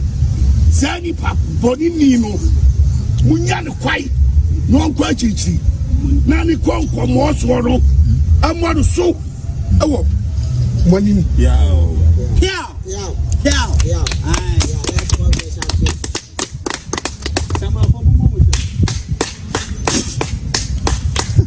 afa cake no kabi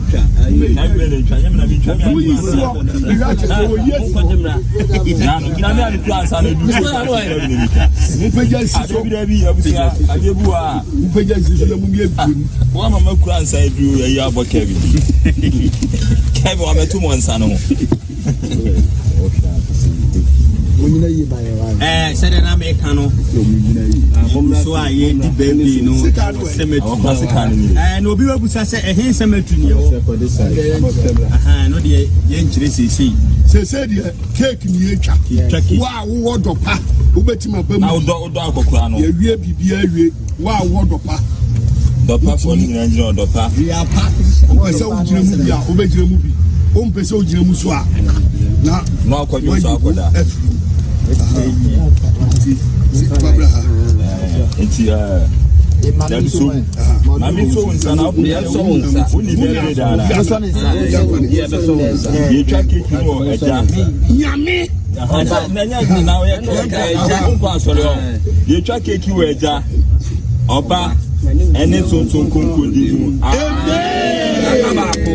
Send a cake here, they Obian and Secrecy can be a brabon there.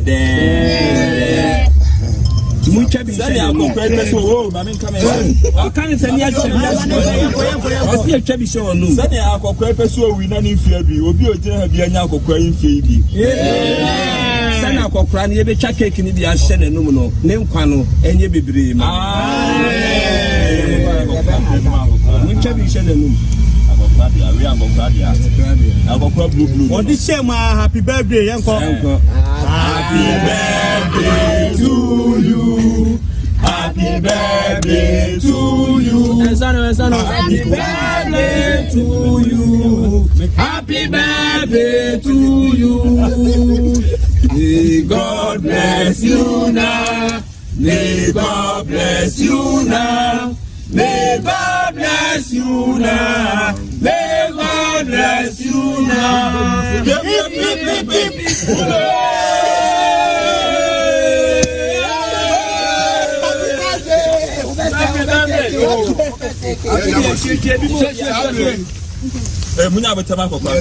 Cake no awieti.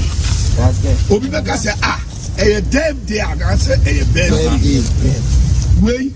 And I woman as a American. Oh, what did you?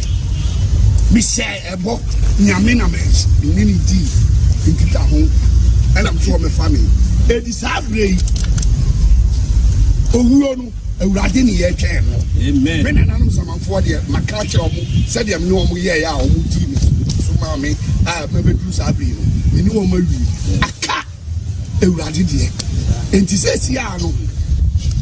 Say obi humi no busam say adenti na wu ya asema mu de be ma wa ni say urade esa mo se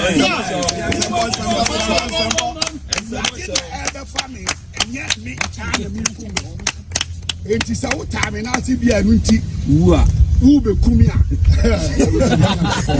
eni e bayi no be ya tira obi bia ase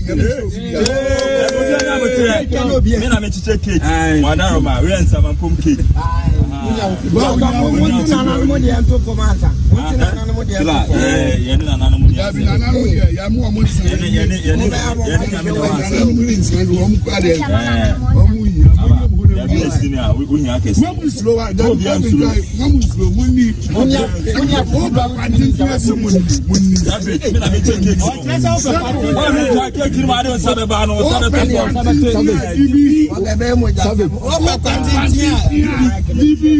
Blackers, who made it?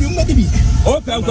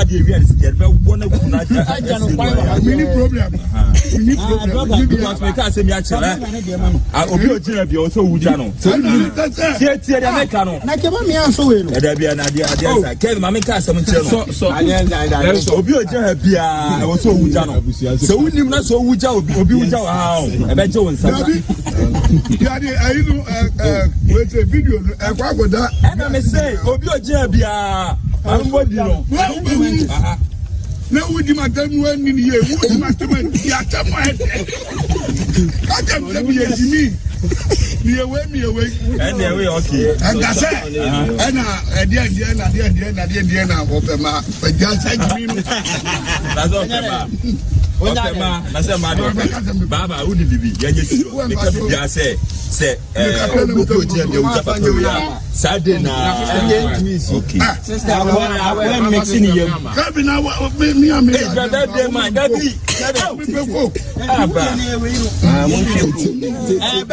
Birthday mine. Now, boy, so Sanka or guess, no. A better wachi. Now, I'm be a man. Oh, I'm dear mamma, or baby,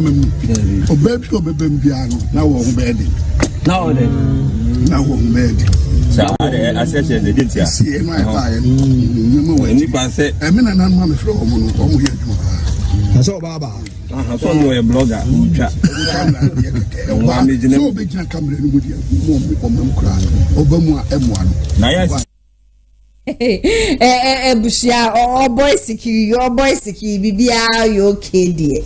Hey, birthday super to you come and see you do birthday. Atopa, Nana, so I also want birthday at 10 names. I will say, and they did at 10 baby. Ah, say, I dear, why ain't Nana, so meaning nothing. And what the names are now come out. No, you say they are ATP back on once and it's not dear, no, never shame. But I'm so boy, sicky, meaning fear when you're dear. Maybe you should if you know bet me a bed bet to me 70 but me when he said cause me father when ya enti no or name me father e penti or me papa prekope and na say bi kra no ne eye wo nana no mo wa pem mu kra na eye wa wo dan nko ade na ya sewa na musie ye pa na ya sewa ko du akotwa cake wa to champagne e di ko chilled one asa ka me pe bi di pizza. Hey, but now we did it, and so mobile source. And so I wear Bibia now be winter with no be up said the winning chair. Nay, Jab was me action and nana can so but always again so say some you gonna meant Busia many back of sweaty sun which we need to at least speak to one or two spiritual people. No sense idea we know would it have any implications or another guy and can gunshot or says oh would you not want to be what did be so would you no boy secure na woman ya say me dia ye nkwa what say me anka me kwa me o mechimpo nko na wanya baby akọ say musie na akọ do birthday ma 40 o mu fie mpodo o mu birthday de kwa club ndi cake ka wo de musie ye asemo na yes say no to show number 3 enti no kako enti na ye de bia ka ho e bi kwa na number 4 no be say e bibi na masane na chef 4 na the body ne sha 3 na sunsum na chef 4 okay na the next one e be ba ne de na just ye wie ne say kojo because if said na me on na wo chin me bo me ana and can my advice no kakra because nana meant na one man papa nye bibi so sha as and man advice nana me ebia won't mean come papa asem so bi wo no ma oro ne bakra ka na asem na wonti ba me papa wo do so wanyini ba me ka asem bia papa obeti na wona na papa panimu a wanyi utinu nyina fodwene wa say wa bona budget wa budget sell bowe bona budget blue uko ka izo baka so do twa skate enso nana ensefata de ensefata kra ebusu ya wani jijumedi e huna apesa obeso ya ase a number no 0550623377 and your friend na nkwa obetimi afre 0557036109 o frɛ ya ye beje brani e no watwetwe nkomo obetimi so asend ye message e wo WhatsApp obetimi so afre kra WhatsApp and so you know ebetwetwe enkomo ma nsanfo mu nre mu LGBTQ sabe ya menemo ka stay there ya brefo wa ba betutuja e di amane na nado dan ko ekufu ado e the comment and send the letter je say o tebrim ne tetenten e de ba abonten e fa anti LGBTQ bill je say parliament for wo mawiawie wo mo dia wo mo hwe nim se na nado dan ko ekufu ado e be san na nado dan ko ekufu ado so say letter bia enya mbedu nanim nti asema wo bi sa why any chantro na dan ko egufadu na chantro and I send a member of parliament any speaker no and a chantro mama yenko na yenkotie wo mo nsem no so emra sesia me at the bill akwato parliament bill parliament for asan ya wie president say yanko fanko kika de president say yes almost so fanko parliament no mo kwadwi hu biem Nado, or some more Samson Fanko Parliament. No more quadru biem. My reading the Enra or the release by it. Yes.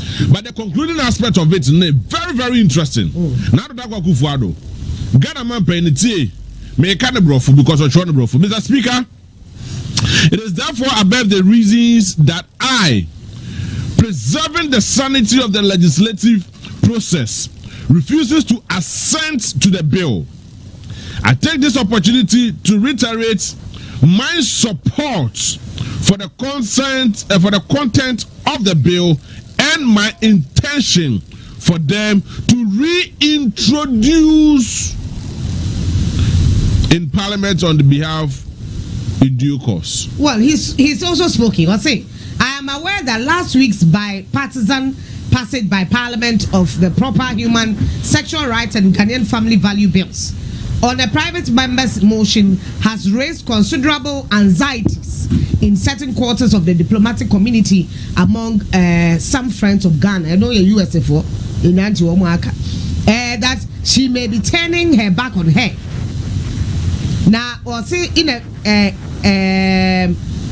I want to assure you that no such backsliding will be templated or occasioned.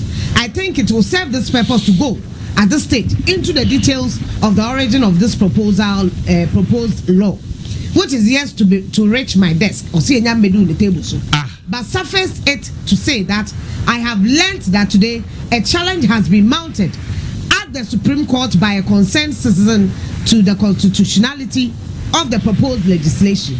In the circumstances, it will be as well for all of us to hold our hands and await the decision of the court before any action is taken.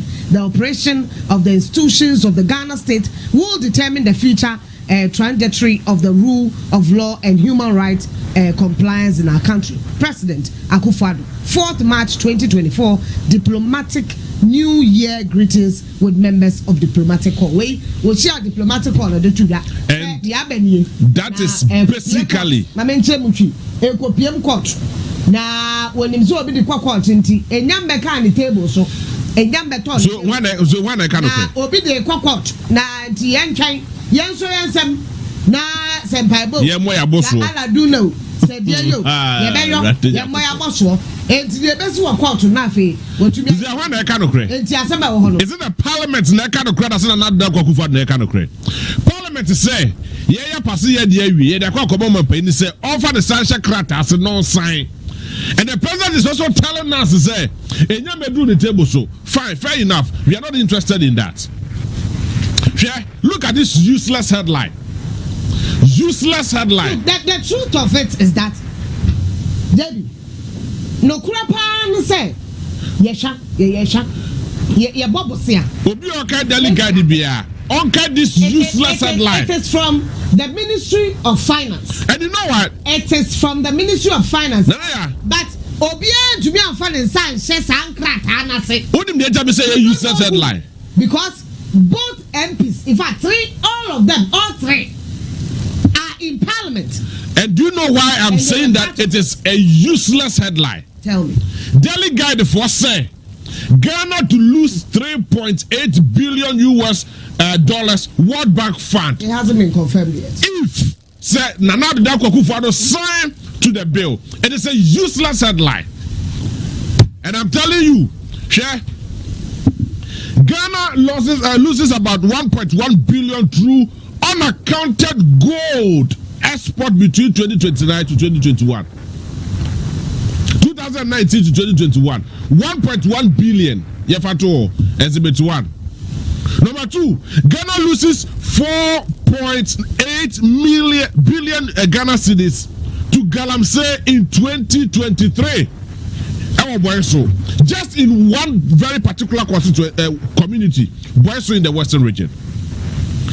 Number 3, Ghana loses 2.3 billion to tax revenue between 2027 and 2010 to 2017. Ghana Revenue Authority. Ghana Revenue Authority to illegal mining. 2.3 billion. 2.3 billion plus 1.1 billion SA. And yet 3.4 billion.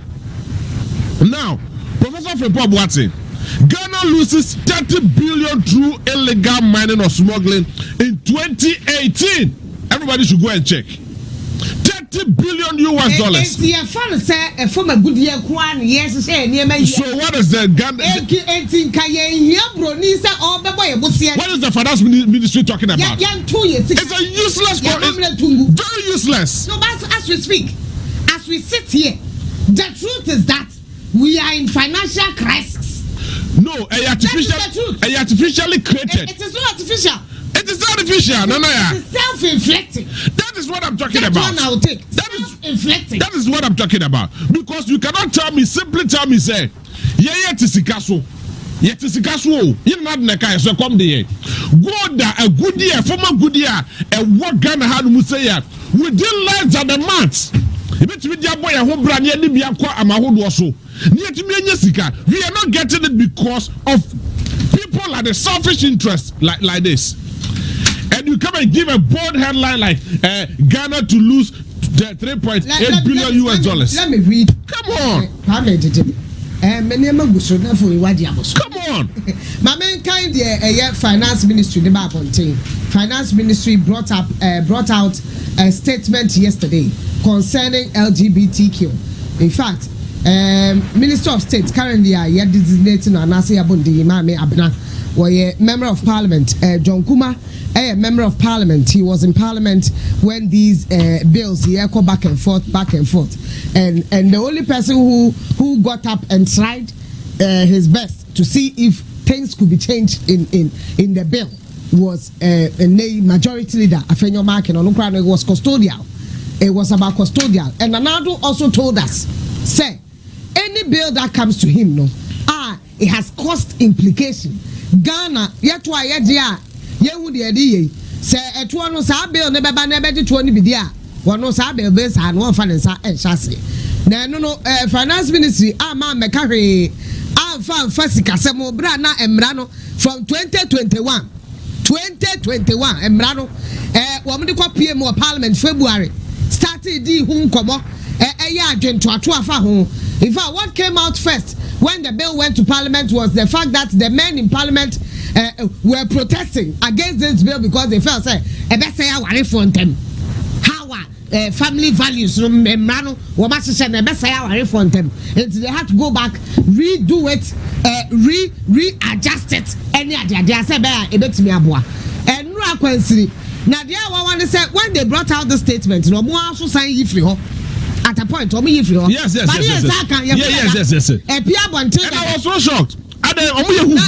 Because there was no name. It was just coming from the Ministry of Finance that we might lose an amount of money, not just from the World Bank. 3.8 billion US not dollars. just from the World Bank. They also raised issues from IMF. So although there's no conditionality like that, nonsense. We might have issues. And also, the other thing they raised was the fact that and then because of IMF, Sikana trenches there say about 600 now. One more yedi omo kana so omo twentwen ka no so no omo ba brebi be man sa no. Yeah, just na a problem. They feel say it might cause a challenge. Very simple. Those are the things they raise. Russia for say one better so you trumu omo 15 years minimum 15 years in jail. Omo call Russia. Russia so what are you telling us? Russia No, see, that is where we PW Botaka said in 1927, Is it 1927 thereabout? Or my speech being apartheid that in South Africa. And one simple comment he made, I felt he was insulting us. But I've come to realize it's a several can black man, why can't we manage ourselves with the resources that we have? From the Finance Ministry introduction. Jesus Christ. On the 28th February 2024, the Parliament of Ghana passed the Proper Human Sexual Rights and Ghanaian Family Values Anti-LGBTQ Bill. The bill is yet to be forwarded to His Excellency, the President, for assent. Even the title is given. You mean isn't for the proper? Yes, they made a mistake there. But what's the Parliament of you? It beats the Parliament of you. Now, number 2, I say impact on World Bank funded programs. The expected $300 million financing from the first Ghana Resilient Recovery Development Policy Operation, and no budget support, which is currently pending parliamentary approval, might not be disbursed by the bank when it's approved by Parliament. And we have injury number 1. Injury number 2, ongoing negotiations on the second Ghana Resilient Recovery Development Policy Operation budget support amounting to $300 million may be suspended. Injury number 3, ongoing negotiations for $250 million to support the Ghana Financial Stability Fund may be suspended. Disbursement of undisbursed amount totaling $2.1 billion for ongoing projects will be suspended. Preparation of pipeline projects and declaration of effectiveness for 2 projects taking worth $900 million may be suspended. Full details of the World Bank portfolio are attached on Appendix 1 and 2. In total, Ghana is likely to lose $3.8 billion in World Bank financing. Then he went on to say impact on IMF program. Or say, while there is no direct conditionality in the IMF ECF program relating to passage of bill, the principles of the current IMF ECF program are built on predictable financing from resilient recovery development policy operations. Internet say IMF policy be anywhere and say woman my conditionality be say be a LGBTQ etumwa share wo no wo betwa mo munya nkan de no mususu say betimi affect no.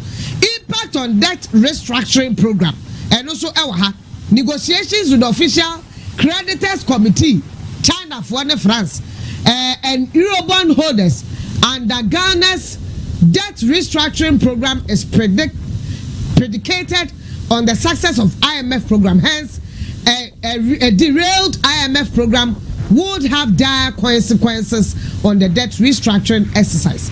That's the China for Coding Common. Sabi was a president in such a say how it beats me. African Development Bank and also see a possible now. A bit to be the insurance or the abanti. Near Mount Wamalese, no recommendation, the recommendation number 1. Yes. A structured engagement with local conservative forces such as religious bodies, nonsense, faith-based organizations to communicate the economic implications of the passage of anti-LGBTQ bill and to build a stronger coalition and framework for supporting key development initiatives that are likely to be affected. And yeah, recommendation number 1. Yankwa sofo na yanka tra sofo say pass e komeku yen. And yeah bako. Number 2, an effective engagement with conservative countries, including Arab countries. Wamo enyintum Arab ne China. Yenyo munkodin komo. This could help trigger resources to fill the potential financial gap. Nanti ya pass yede bill we go to parliament 2021. We didn't have these recommendations. We don't know these recommendations. And so now we decided to pass this bill. And there, yes, president signing. Sabre and this our recommendation. There's the last one at the Ministry of Finance level. The ministry will continue to engage with the IMF and the alternative credible sources of funding that will plug the financial gap.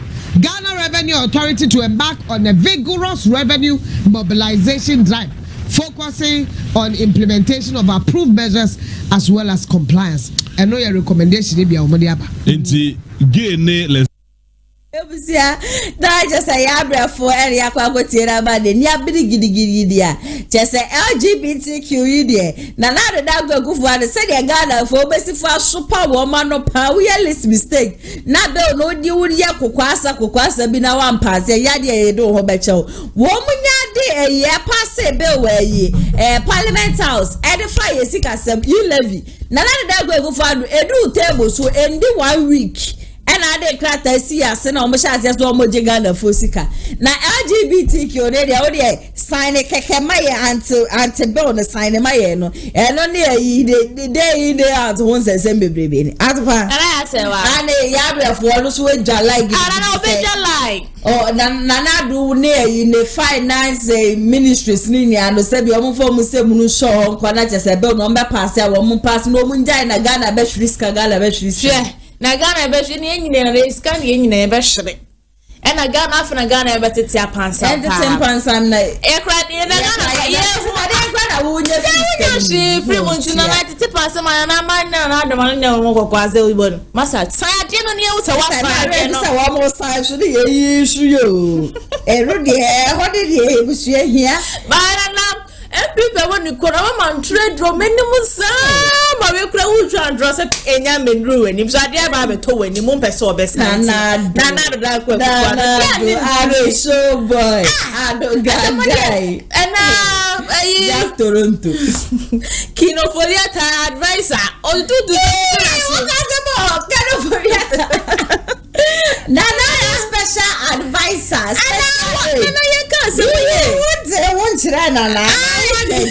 Upia sa mane ko sai sa mu wa be fira ba mu e de sike bia bebe mi de mi bisa keke men ka sa wa ye ya sem bisa e bia na wetu de fo say mane nsan no nche na aye mefsika no embedu na eja wo che dia wo mo nche na de opposition na nche wo mu be ko wo mu nyina no wo mu de charge wo mu tem say no so be count o say kasofola tayari na ko hweya so for ya ta sa wa advice papa yi obe hire obe jije but the not pro one pro obe sign already obe sign o chinu muta na yes man me do na ya se ogofo yi amode pompita yi me be kwa kwa shere twama ni mu betwe by force na ya se wa one to na ne to obe ju betwe by force na ja weti masa o e bia na wo nuru e be amode pipa ne to ye wo nuru ho no mo se de be ya e de wo ko yi free suru afa to for mo man like na mo so president no wa na mo de be ko akoma na mo de akoto suru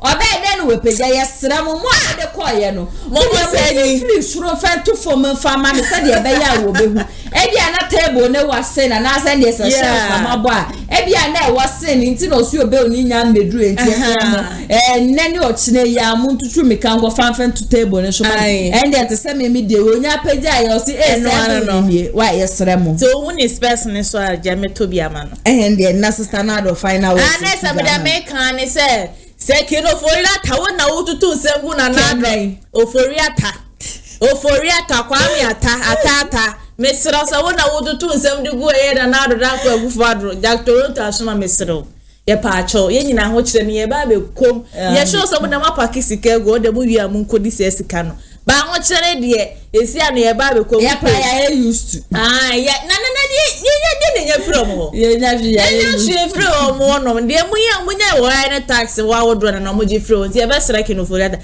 na for boy sikin so na ya seva papa wanyini ya ne mebu on ma ya menye ebi kwa na akra kito bi kura hu a was e papa na mi hu no ya se ye we no ba be se nkura nyina ba be dwane ni waye utiri hu nyina afu yakopon ama utiri hu nyina afu dwane kama wo de ade eburu yakoka ho oba na bodwe asa abo asa so achechire ne kama that the papa boy siki menye sa akra na penso so elbo pro na do de tie na ye ji atum enyina ho kire no ye kom ompo enyina ye adom ye bedo enyina be koba de enyina president awodo na match pass na sister we kire mu we na de mani kire mu ojubli you repack uko jubilee okay na me kai dental na radie uma yenko bi kire mu o to say ya me tuma tare na uhu anim kura wo na why we three sisters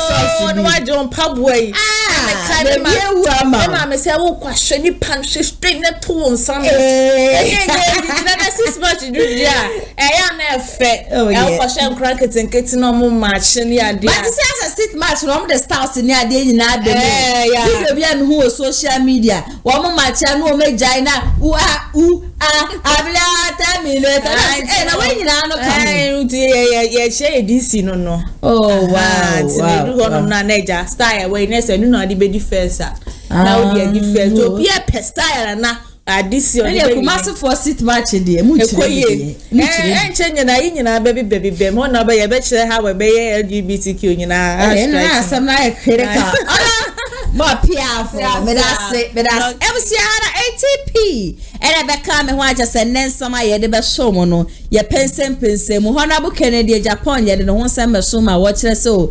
LGBTQ bill ye aja sa ba bonti aja se na do sign ne keka ada na bu achi bidi no srepa se and ye wo mo ntena se no wo mo hwe bill ni mu ye papa no no de wo bi aja so wo su o ne nyonko ba na se bi obebu ni mu todwa wo no so de ankenye problem bia emfama no but enka wona wo mo advertise wona mo ye dede no mbom no and was ye tumi chi o mo ba obi ono che ne sexuality de okoden 3 to 5 years ne de enya de a ekasa ye vim lady so chechire nyema mu ere che yo boy siki so won sensem ya no be so mo ma mo hwe futu ana che se hana de ma mo nte bi e fi asa na wo join halfway it is never too late ubetumi eskoli eye ba no wo de akwachi abe hu be bia ye sha ase free ye sanse nensam ne de emu odru ene mu so de ye papa obesere wo be hwa bibi nso e de e free mo me story so de na me kan fu Kumasi online media school e de amao wani jumedie hu nkoa de na wo hwe de meti he ya me ye na pese wo nso ba na be ye bia